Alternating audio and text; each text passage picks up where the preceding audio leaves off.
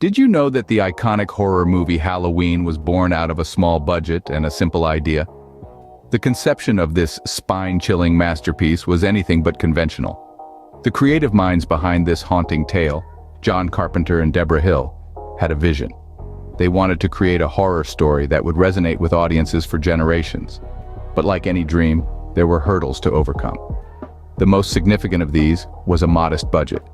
With only $300,000 at their disposal, Carpenter and Hill were forced to innovate. They had to think outside the box, push the boundaries of conventional horror, and find a fresh approach that would captivate audiences. Despite these challenges, they remained undeterred. Their vision was clear, their passion was unwavering, and their determination was relentless. They knew they had a story worth telling, and they were committed to bringing it to life. With just a simple idea and a shoestring budget, the stage was set for a movie that would change the horror genre forever. John Carpenter's role in the creation of Halloween extends beyond directing. He was also the mastermind behind the ominous score. Ever wondered why? His multifaceted involvement in filmmaking can be seen in the multiple hats he wore during the making of Halloween. Carpenter wasn't simply a director. He was an artist, meticulously crafting a terrifying narrative with every frame. His decision to personally compose the chilling score for Halloween was not only to save production costs, but also to perfectly encapsulate the film's ambiance. The bone-chilling melodies, the unsettling silence disrupted by sudden musical crescendos, all were Carpenter's creations, and his ingenuity wasn't limited to the music. During the production of Halloween, Carpenter chose to incorporate a Panaglide camera, a novel piece of equipment at the time. This enabled seamless, fluid camera movements, creating an unsettling smoothness that heightened the suspense, pulling the audience into the heart of the horror. But perhaps Carpenter's most revolutionary impact was his introduction of point-of-view shots. Viewing the terror through the killer's eyes, Carpenter transformed the horror from a mere narrative to a deeply personal experience. It wasn't just a story unfolding, it was happening to us. This unique blend of innovation and cost-effectiveness defined Halloween's uniquely spine-chilling style, securing its place as a classic that continues to scare audiences to this day.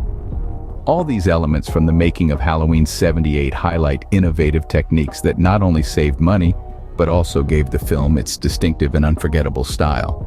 Michael Myers, the Masked Killer, is a horror icon, but his mask wasn't always so sinister. In the heart of the Halloween saga, there's a character that has become synonymous with the terror of the unknown, Michael Myers. His backstory is as chilling as his presence, a mental patient who escapes from a sanitarium to stalk and kill in his hometown. But let's talk about that iconic mask, a symbol of unrelenting terror. You'd be surprised to know that the mask wasn't created from scratch. It was actually a Captain Kirk mask from Star Trek, painted white, which added to the uncanny and terrifying effect. The faceless mask, the soulless eyes, they encapsulated a sense of dread that was both familiar and strange, human yet utterly inhuman. Michael Myers became more than just a character. He became a symbol of unstoppable evil, setting the template for many horror villains to come.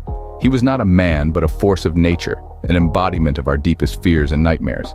His relentless pursuit, his emotionless face, and his seeming invincibility struck a nerve with audiences and left an indelible mark on the horror genre.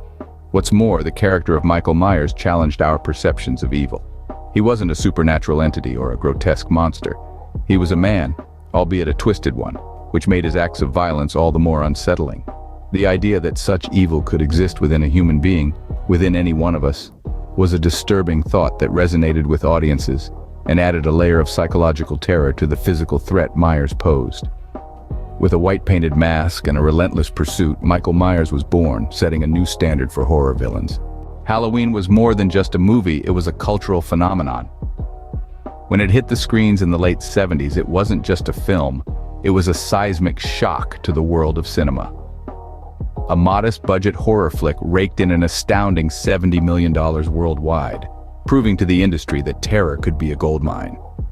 But the impact of Halloween extended far beyond the box office. It birthed a franchise of 13 films, each one carrying the torch of the original's chilling legacy. It became the blueprint for the modern slasher film, setting a precedent for the horror genre that still stands today. The themes it explored, the duality of sexuality and violence, the notion of the final girl, the relentless, faceless killer, these all became staples in the world of horror.